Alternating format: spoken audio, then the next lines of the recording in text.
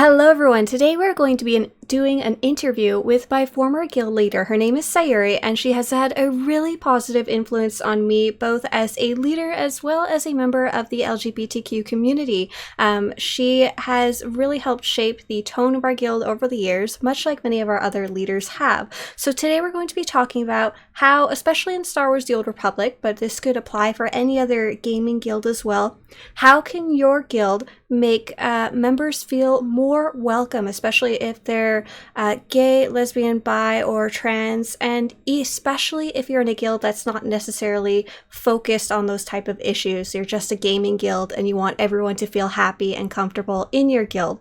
So Sayuri, hi! Thanks so much for joining me. Hi, thanks for having me. Thanks for using your platform like this too. It's awesome. Yeah, I started my channel originally to give everyone a chance to get playing, no matter their background, and so this is definitely part of it for sure.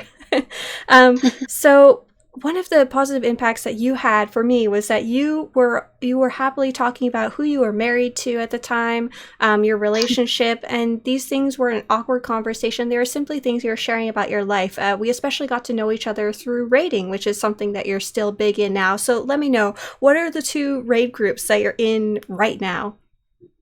So currently I raid for Remnants of Hope. There is a member, Catalaw. She is leading their progression group called Props, that they call it. I am healing for that group. I am also tanking for a group in OMG Pink that is currently working on Nightmare Duxon. And so when we first started talking, originally it would just be like in guild chat, but then we got to know each other better through raiding. And that's a really common thing, that raiding and other endgame activities tend to really bring players together. So one of the things I wanted to ask you about is that often when I'm playing with groups I don't know, I kind of have to out myself just as being a woman. Like every time you're in that group, you're like, should I correct them from the he to the she? Should I go in voice chat or not? Am I gonna get Let it fly. Am I going to get rude comments? Is it worth it this time? So for you, not only do you have that aspect to worry about, I'm sure, not that you worry about that much at all, I feel like, but you also have to consider, like, do I talk about my relationships and things like that? Will someone make rude comments or not? How did you feel the very first time you mentioned you were in a relationship with a woman in our guild or in the game? And was it something you were nervous to bring up or something you felt comfortable to talk about from the get-go? So, I mean, at first it's always nervous. Like, you still get nervous anytime you're around new people or new groups because nobody wears their opinions and how they feel about what shouldn't be contentious subjects but are. And you never know until you actually put it out there. So, yeah, there's always like a level of nerves to it, but kind of the more you experience it, you're just like, hey, I'm here. This is my story. Deal with it. And that's kind of where you move to as you progress. So how was one of the ways that you knew this was going to be an okay place to talk about this, specifically our guild? What kind of indicators did you see along the way until you talked about it that said, yeah, probably no one's going to yell at me, and if someone does yell at me, they're going to get in trouble for it? How did you come to that realization or that understanding? So it's actually interesting. I was looking for a guild because of dealing with some Oh my pretty God. toxic people. I'm sorry, I didn't realize that before I interviewed you. So I was actually looking for a guild because of server transfers, a lot of people leaving, but also it's in a toxic environment. So you knew exactly what you did not want to find in a guild. Yeah. So when I found Remnants of Hope, the big clue was when filling out the application. So Remnants of Hope, has an application where you kind of just fill out, and then from there they either accept you for trial, and then you see if you're a good fit or not. One of the first questions outside of like your name is gender identity. Yeah, a group doesn't ask that question unless they're okay. yeah, that was something we actually added quite late, because Remnants of Hope is a very, very old guild. They existed since Star Wars Galaxies, and even like the term gender identity probably did not even exist when the guild was first created, I would guess, or it was at least not a term that was used online. So not often anywhere. No, yeah, so that was a really good first indicator for you. So from there, not only did you apply because of that being a good indicator that this is probably a respectful, mature guild, you eventually rose up to being the leader of our entire guild. And for our guild, that's not just Star Wars: The Old Republic. That's actually 4 different games with probably hundreds of players in each one.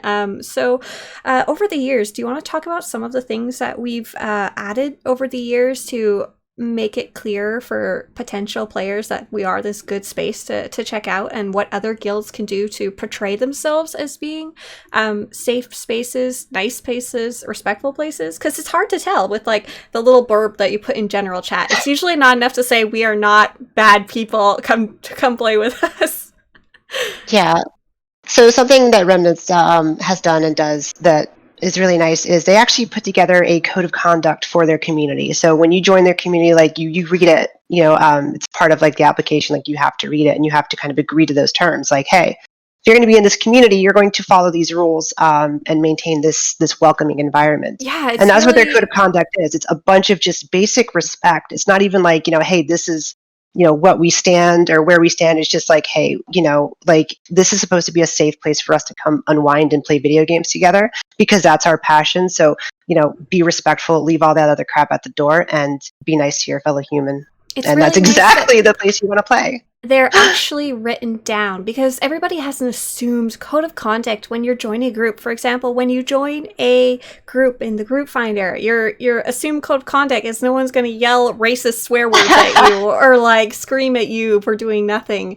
But every group is going to have their own assumed code of conduct. For example, some player versus player guilds are a lot raunchier. They're a lot more okay with swearing and stuff like that. Versus someone joining a guild might be like, oh, that's not okay. I did not assume this would be all right when I joined. So one of the things you can do is set down what is and isn't okay from the get-go before someone even ever joins. Our code of conduct is insane. Like, it's been created over but somewhere between 10 and 15 years. So it's quite long, but it doesn't have to be that long. Just like literally writing down, do not make racist remarks, do not make homophobic remarks, do not make fun of someone's gender or religion or anything like that. Just having those written down is a huge first step. It can be like 10 little bullet points if that's all you want to do.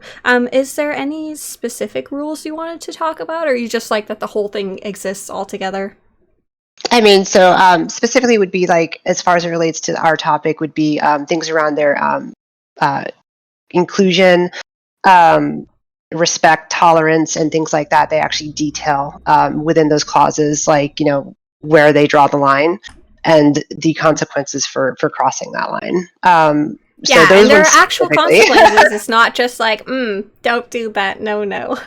That's another important thing, is to actually follow through when someone does decide to break those rules and not to just let it slide because it's gaming, because it's actually affecting that other human being on the other end. As we just heard earlier, Sayuri was so affected by her previous guild, it being so toxic, that she literally left. She was like, I don't even want to handle with this anymore. These people are not being good enough that I can spend time with them anymore. I'm assuming you probably enjoyed other aspects of that guild, like events and stuff like that, and it was literally just the lack of respect and lack of maturity, right?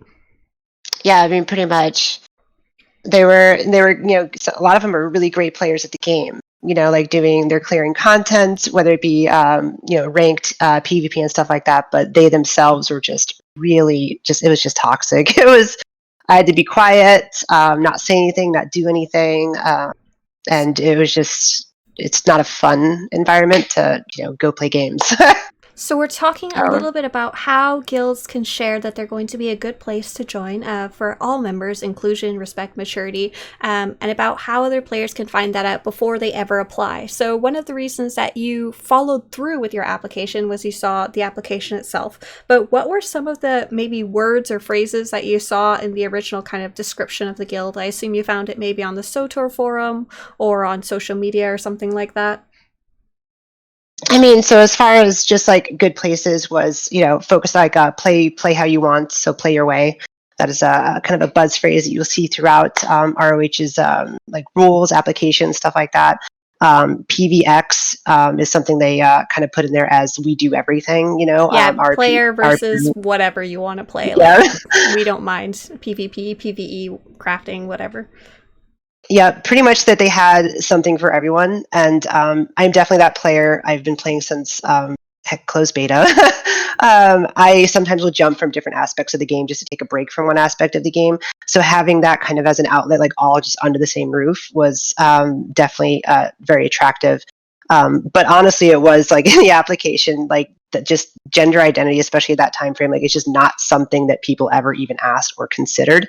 So that right there is like you just like So I if didn't someone have to see has an anything else. application, if someone has a guild where they have an application, not all guilds do, having that on there can be one really simple change that is a huge signal that the guild is supportive of different gender identities and probably LGBTQ, just that whole rainbow right there. It's a really good indicator. So that's one way you can show that your guild's going to be a safe space without having to, you don't even have to write LGBTQ positive or whatever you want on your app, because that may not be a focus of your guild, but that's also another way, literally writing it in your description if that's something you feel comfortable with in your guild as well.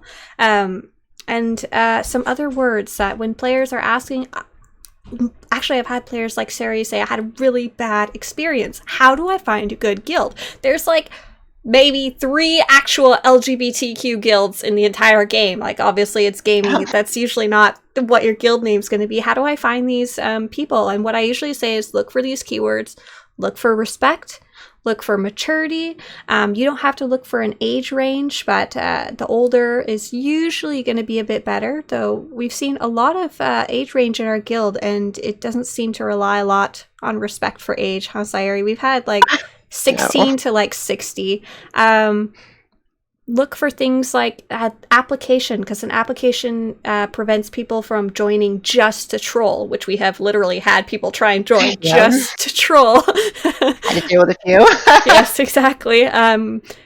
So applications usually they're not to exclude people, like, oh, you don't have a high enough level, get out of here. For most guilds that I know that have a focus on respect and maturity, they usually focus on having the application as a way to get to know the player, and for a way the player who's not going to be respectful to immediately out themselves right from the get-go, like, I don't feel like doing an application, you guys aren't worth my time. Well, okay, that's all right.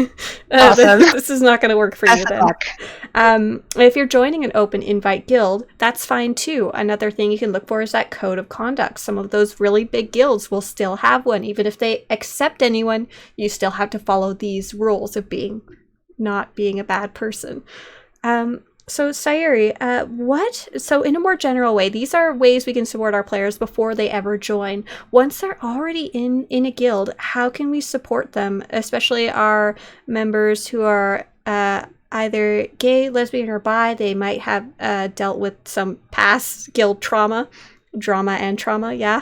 And our trans members who may have difficulty expressing their correct gender or the gender they want to be portrayed as, either online or through voice chat, can be really difficult too.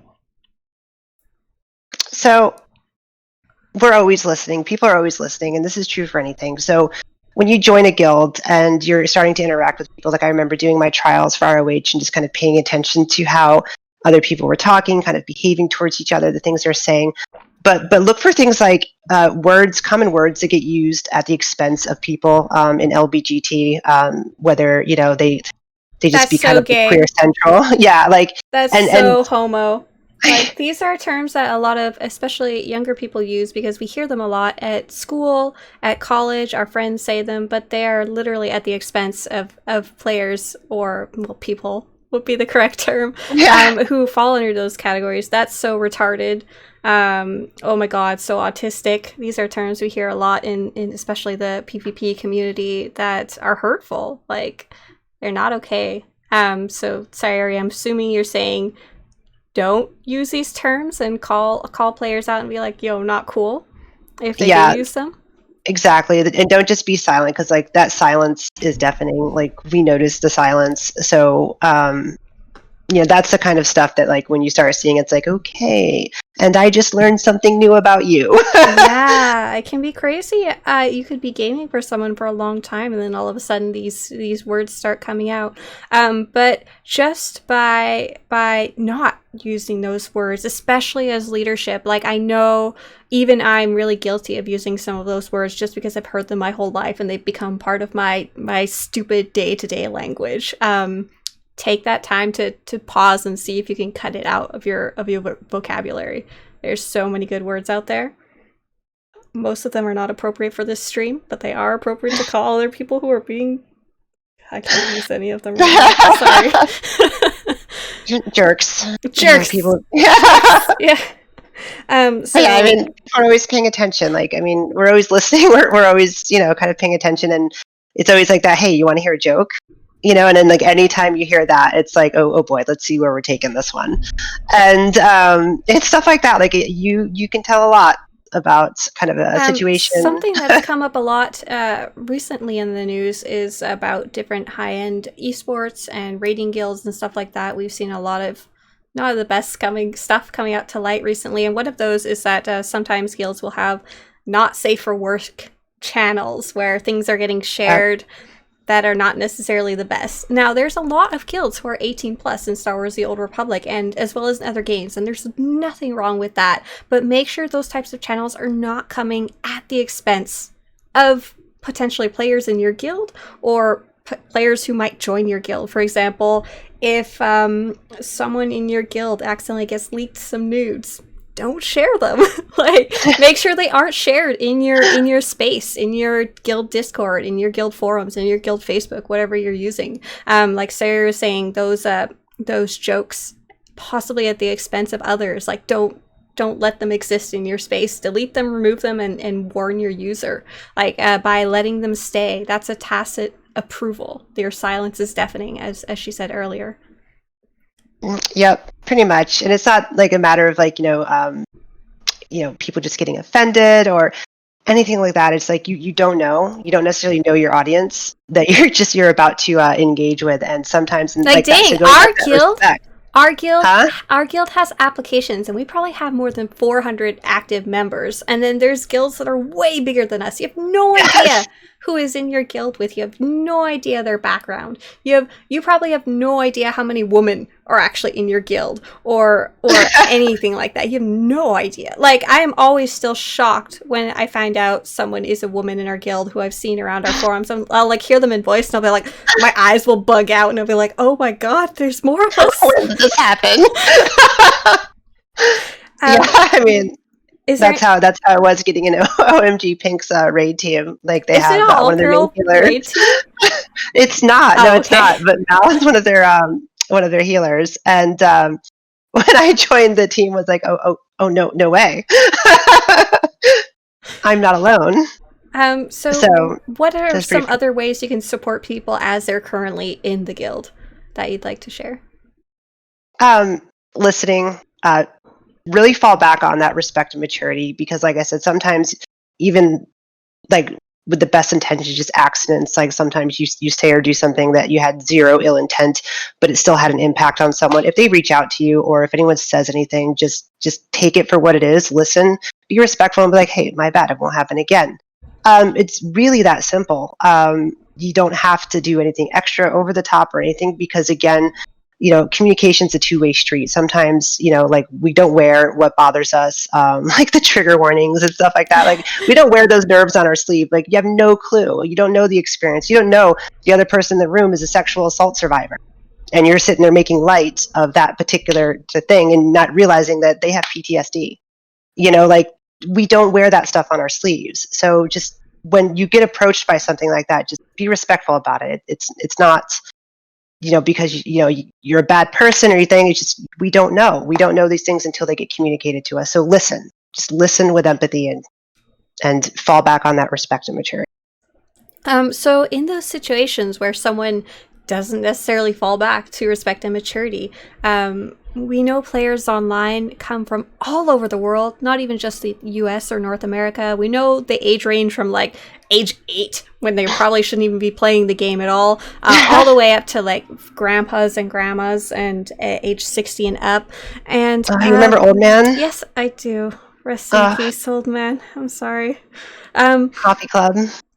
So have you ever had to navigate a situation where another player said something hurtful but wasn't trying to be malicious? Like they said something that was really inappropriate, but they maybe even said it to someone they considered their friend or like a fellow guildmate. They weren't trying to hurt them. Like, for example, you're saying earlier, if you may have a PTSD survivor in your group and someone's making rape jokes about the boss or something, like not trying to be mean to that person. How do you navigate that? How do you let the person know that's not okay, but without going straight to the "you're kicked out of the guild, get out of here," which is appropriate sometimes, but not always.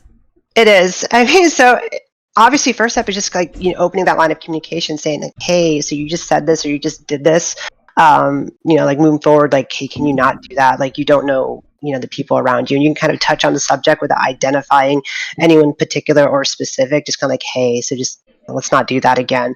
And then let's see how they react. They're either gonna be like, oh, my bad, yeah, I did not even mean to, or something like that. Or, like you were just saying, they could go the complete opposite direction. Yeah, if they're not willing to talk about it and be like, oh, I'm sorry, I didn't realize the impact that my words had, it might be straight to the G kick after that. That's still the guild kick out, and that's an option as well. But I'm sure a lot of players would be up for talking about it, especially They usually are. if they're enjoying their time in the raid or the PvP group or roleplay group or whatever it is. So one... I see your cat. Hi. Keeps moving around. So one last thing I wanted to talk with you about. So I've personally, over the years, seen many, many members of our guild share their lives, either coming out of the closet, speaking about their partners freely, or sharing that they're trans, sometimes for the very first time with our guild, because that's where they felt most comfortable, and it makes me so happy. Like, makes me want to cry every time I see that. And how do you feel the same way about that? Does it make you really happy? And is there anything else you'd want to share about creating a guild or helping maintain a guild as a leader or officer so that people feel safe and comfortable to share those types of things? Diversity. In ROH, I have had the pleasure of reaching out, talking to, or being reached out to, I should say, of several people in the community that were either first coming to terms with things like their sexuality or gender identity, or like just maybe announcing it for the first time or coming out.